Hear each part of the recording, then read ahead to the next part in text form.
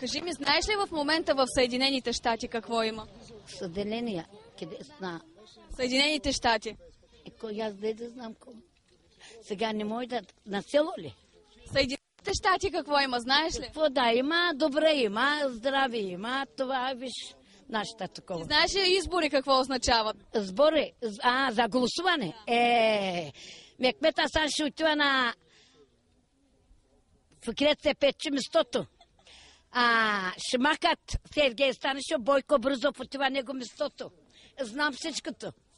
Защото всички знам. Валентин спасал съм, ама Румен Петков не го познавам.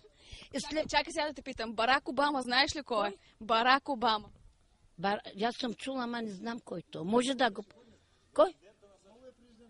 Кой нова президент? На нас? Ако не правите, отивам там. Отивам, казвам. Ако днеска Галавка не дойде местото, отивам. Отивам.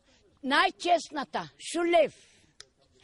Да знаеш моя мъж, Николай Василев, взима парите, взима еврото, все едно, че не е. Кажи ми сега, ти знаеш ли Съединените щати какво е, знаеш ли?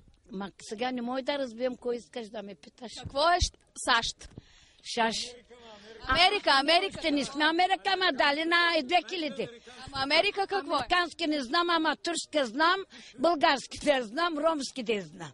Кажи ми сега за този Барак Обама, като си чувала. Кой е той? Той казва, че ще бъде тук президент, ама още не сме влезли и всичко скъпо става. Ти виждала ли си го Барак Обама? Как изглежда той? Може да съм виждал, не мога да помним кой. Един такъв черен мургавичък, ще ти кажа аз. Арабин ли ма? Не арабин има. Арабините имат един човек, 5-6 жени. Нашата България това няма.